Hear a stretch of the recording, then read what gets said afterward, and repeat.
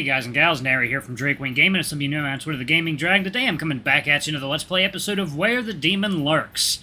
Hopefully with more dialogue, hopefully with more audio this time, hopefully no more audio issues. So anyway, y'all, let's go ahead and jump right back into it, shall we? Alarm Chan, you are up, and let's go. Alright. When did I start believing in coincidences?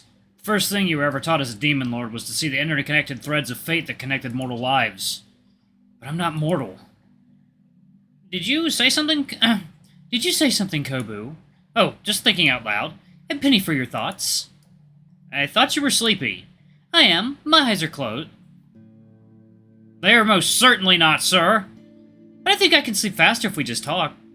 I saw a thread online about a magical tree in some country that could grant wishes if you threw your wishes onto its branches. Oh, but how are you meant to throw a wish onto the tree? They write the wishes on a piece of paper or wood, then tie it to a rock with a string before throwing it up high. They say a wish that reaches the tallest branches is the most likely to become true. Sounds more like they're vandalizing a tree. Still, can you imagine if you could have any wish granted? What would it be? Other than more wishes? I don't know. What about you? I'd wish that I had my own successful cafe. You raise an eyebrow, curious to know why your friend would want that. That way I can spend time exploring new recipes, and I'd have a place all my friends and family can visit and enjoy my food. So you do want to cook? Maybe, if my parents let me. I'm too afraid to tell them that. I think you'd be a great chef. Thanks, and what about you? Figured out your wish? I wish I knew what I should wish for. Don't worry, you'll find out soon, and maybe we can travel to that tree one day. I'd like that. You both remain quiet for a while. Hey, Kobu? Thanks for being there with me today. Anytime, buddy. Anytime. You close your eyes and slowly you drift off to sleep. Chapter 2. Freelancer. Oh, aye, okay. In the Demon Lord's office, Vendrake sits behind his desk while swirling a coffee mug which reads Number 1 Boss. Another successful day at work complete, having just approved another upgrade to the security forces around the Underworld. He swivels his chair around to observe the 2 golden statues that have been recently erected in his honor. Ever since taking on the mantle of Demon Lord, the pot-bellied demon has made a ritual of taking some time to admire his gifts to himself for a job well done. The statue to Vendrake's left is of himself standing proudly, keeping vigil as the eternal protector Vendrake sees within himself. To his right, a statue of Kobu's father. Vendrake puffs his chest out while looking upon his former master's effigy. My lord! My life for Ner'zhul. Sorry. The demon walks over to the statue. His smile falters as he studies the late Demon Lord's face, a sense that something was not quite right. Is that a smudge up there? Begrudgingly, Vendrake returns to his seat. It creaks loudly under the weight of his ample behind. A magical circle appears above his left hand and he brings it close to his ear. Nox, get in here! You called, Lord Vendrake? Vendrake gestures to the top of the statue. Deal with that unsightly spot. I won't have a speck out of place in my office, and have whichever custodian is in charge of cleaning my office be sent for re-education.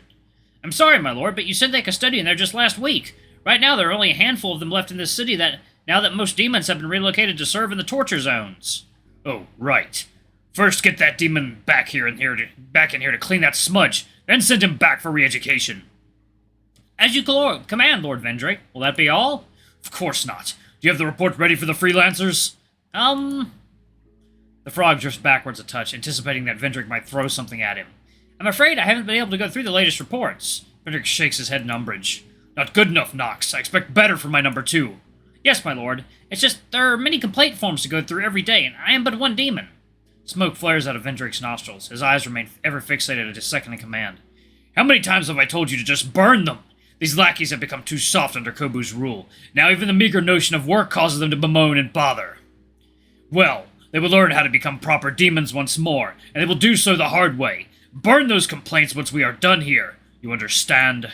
Yes, my lord.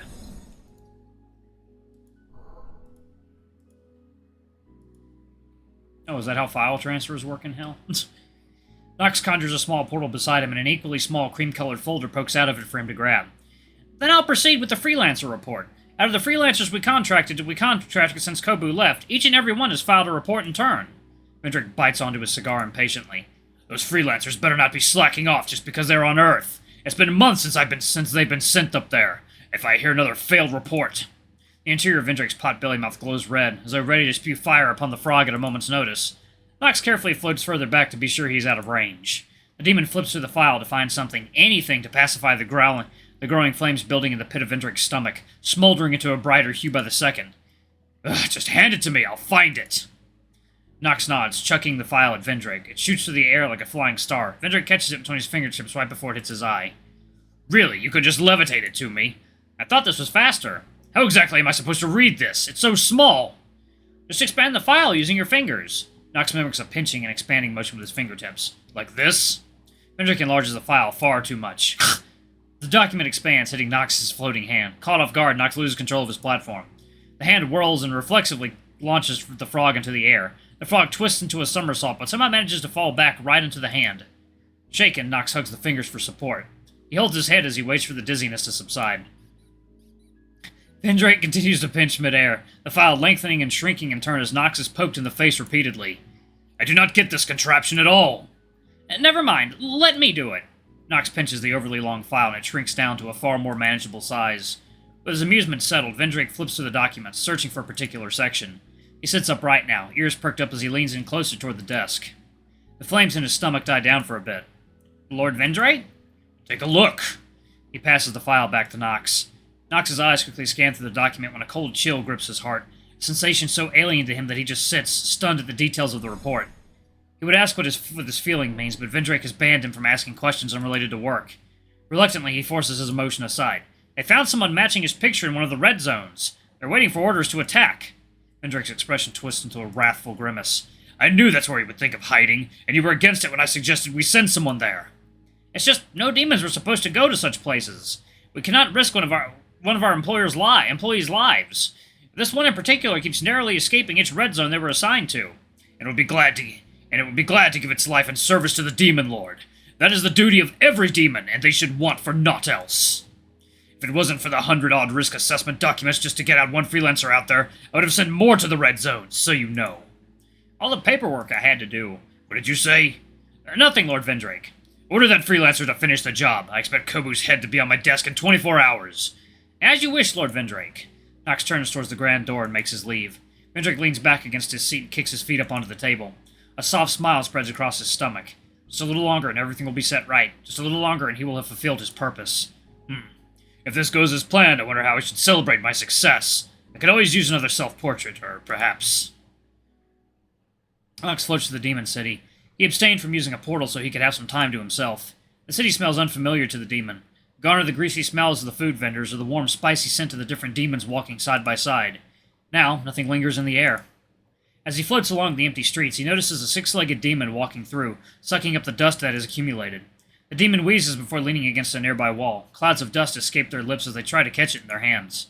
They gag at the sight of the dust, but reluctantly attempt to suck it up into their already engorged belly. Who knows how long it would take to clean up the whole city? He carries on while observing the empty shops as he passes by, most either empty within or boarded up. Nox's mind wanders through the memories of how the city used to be bustling with demonic life. Before that, it used to be a lush plain of endless meadows, a utopia of sorts that beckoned for inhabitants to populate it.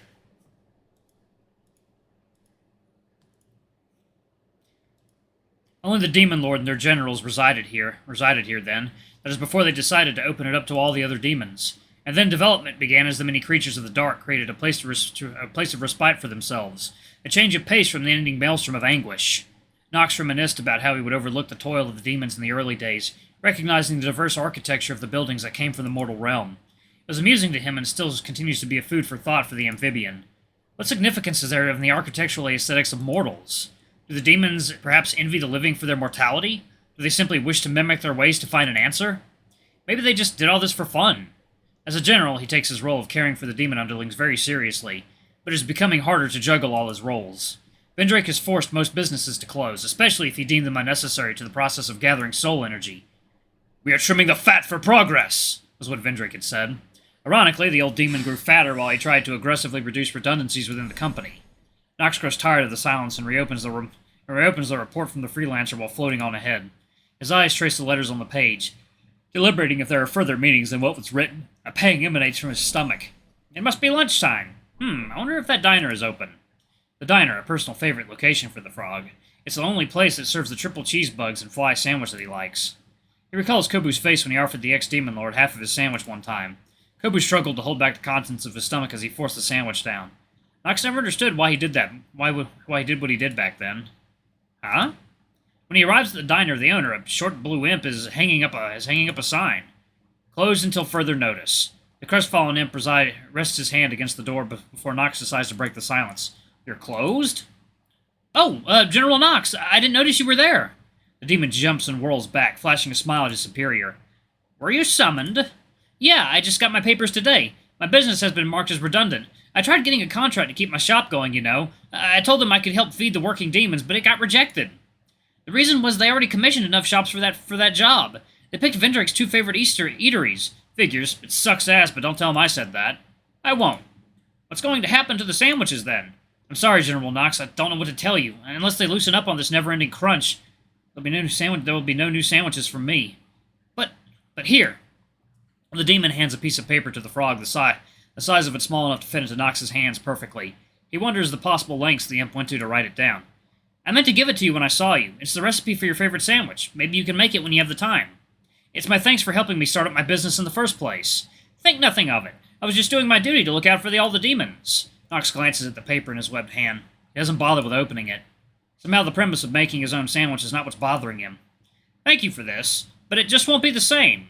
The demon just nods slowly. I'd advise against looking for another place to eat around here. They're all probably too busy trying to meet the demands of the workforce on the torture floors. He walks towards the elevator hub. After a few steps, he stops and glances back. He looks on with misty eyes before finally turning forward and walking off into the distance. Nox croaks loudly as he stuffs the paper inside his file. His hunger is now overtaken by something else. Sour thoughts surface into the forefront of his mind.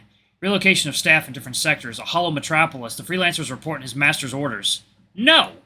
He slaps himself for even once doubting his duties to the Demon Lord. His feelings have no place in this company. He must fulfill his purpose and obey. That is what a good tool does. He opens a portal back to his office, leaving behind the ghost town and his memories of a better time.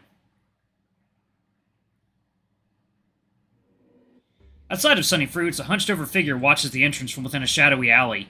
The sun has begun to set, and still the store remains closed.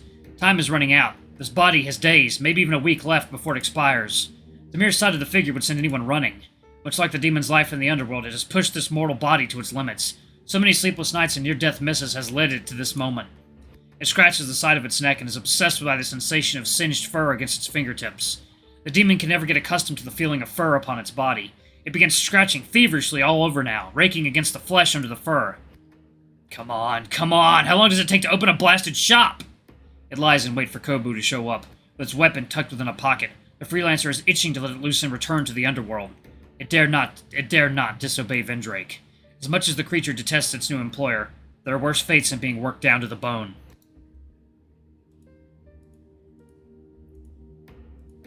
Just then he sees his target approaching from the end of the road.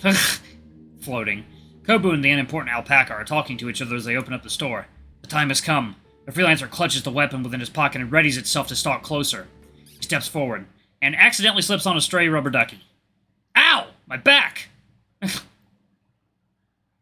After setting down your bags in the back room, the two of you get to work preparing for the nighttime shift. The store lights flicker awake, and the room turns cold as the AC is activated.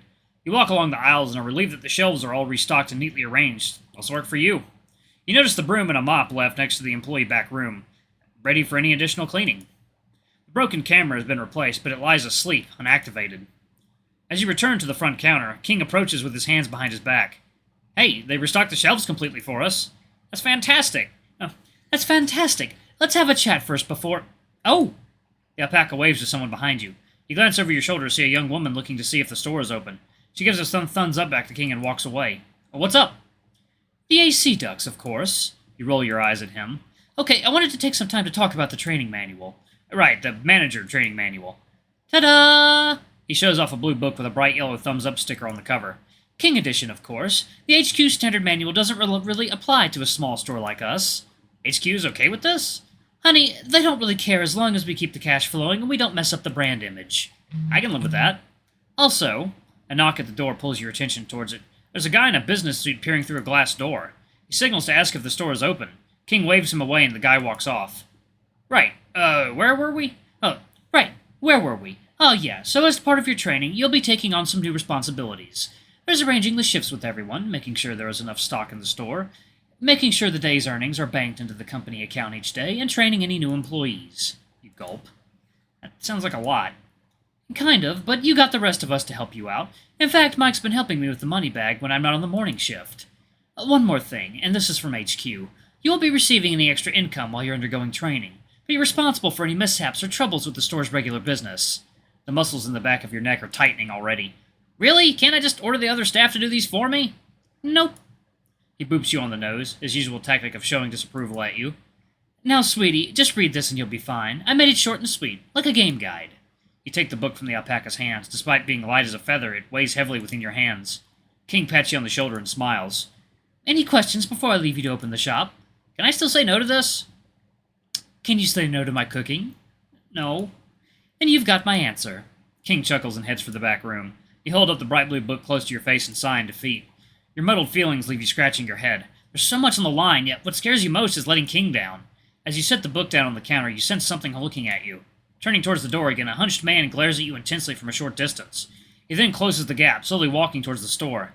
Your fur stands on end at the sight of his ghastly face. You think the guy is a fox, or a fox that was run over to be more exact. Sorry, we're not open yet, at least not until you're gone. Alright, I'm gonna go ahead and pause it right there. Ooh, creepy. Anyway, y'all, thank you all so much for watching. Don't forget to like, comment, subscribe, ring that notification bell. Leave a super thanks or a tip if you can, it always helps. Until the next video, I love you all. I'll see you next time. Bye-bye!